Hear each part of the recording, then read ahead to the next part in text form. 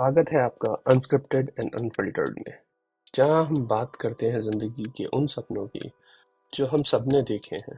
कभी छोटे, कभी बड़े और कभी वैसे जो थोड़े अजीब से होते हैं। मैं हूं डीसी और इस सफर में आप मेरे साथ चलेंगे उन कहानियों के जरिए जो फनी भी हैं, ड्रामेटिक भी हैं और शायद थोड़ा इंस्पायरिंग भी। आज के एपिसोड में हम बात करेंगे एक ऐसे सपने की जो छोटा था लेकिन मुझे बड़े सपने देखना सिखा गया।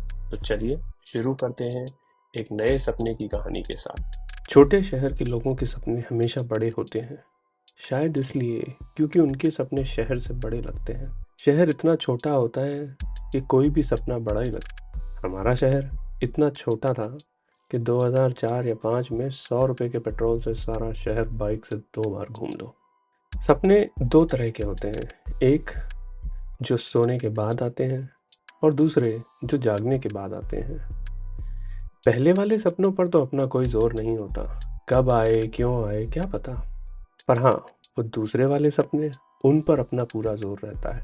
हम सब ने वो सपने बुने हैं, कुछ तो वो सपने जी भी रहे हैं और बाकी अपने वर्तमान में उन सपनों को भविष्य बनाने के लिए जुटे हुए हैं। मेरा भी एक ऐसा ही सपना था, एक एरोप्लेन की ट्रिप। छोटा सा सपना, लेकिन उसे पूरा करने की कहानी काफ़ी बड़ी है। मुंबई घर हुआ करता था तब, और उस सपने को पूरा करवाने के लिए मुंबई को बहुत बड़ी कीमत चुकानी पड़ी। इस कहानी में एक और किरदार है साहिब, अपनी छोटी सी कंपनी के बड़े से मालिक। पैसा न खर्च करना उनकी सुपर पावर थी और कमाना कमजोरी। गोरेगांव की उस बिल्डिंग में हमारा ऑफिस हुआ करता था जहाँ डब्बू रत्नानी का भी ऑफिस है। कैब ड्राइवर वाले पांडे जी रोज बताते थे कि आज लिफ्ट में प्रियंका, अमीशा, न जाने कौन कौन दिखा। 6 महीने हो गए थे मुझे वहाँ, एक भी स्टार नहीं दिखा था, कोई चाहत भी नहीं थी। बस पांडे जी की बातों से लगता था जैसे मुंबई की सबसे हैपनिंग जगह है ये। यकीन इसलिए नहीं होता था क्योंकि मेन रोड से ओशीवारा इंडस्ट्रियल सेंटर पहुंचने के लिए 200 फीट और एक नाला पार करना पड़ता था।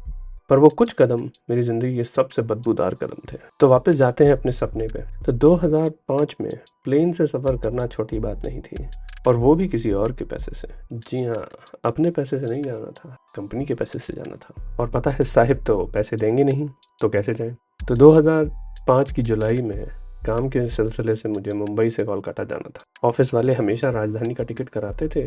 14 से 15 घंटे में मुंबई से इंडिया में कहीं भी सफ़र करो। तो ये ट्रिप एक हफ्ते का था, तो सामान भी उसी के हिसाब से थोड़ा सा ही लेके गए। ट्रिप कोलकाता और गुवाहाटी के एक्सटीरियर में था, और उस समय फेसबुक, गूगल, ट्विटर ये सब तो इतने चलन में नहीं थे, तो पता ही नहीं चलता था दुनिया में क्या चल रहा है। लौट के वापस कोलकाता आए तो देखा कि मुंबई में तो बाढ़ आ रखी है, वापस जाना असंभव है।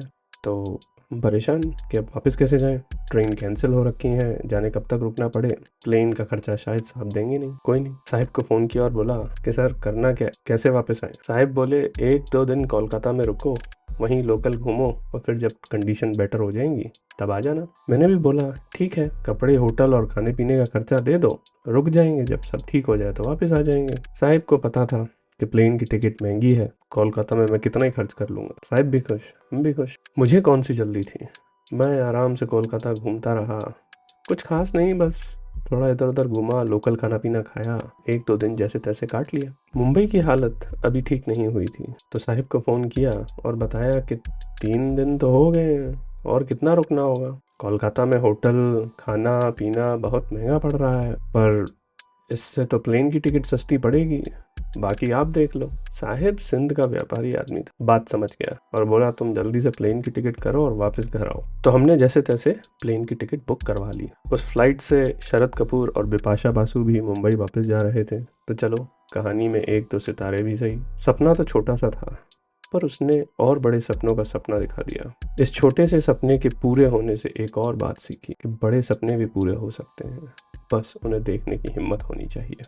तो आप बताइए, क्या आपने कभी कोई ऐसा छोटा सपना देखा है जो आपकी ज़िंदगी में बड़ी कहानी बन गया? अपने सपने और उनकी कहानियाँ मेरे साथ ज़रूर शेयर करें। अगली बार एक नई कहानी के साथ मिलते हैं। तब तक अपने सपने देखते रहिए और उन्हें सच करने की कोशिश करते रहिए।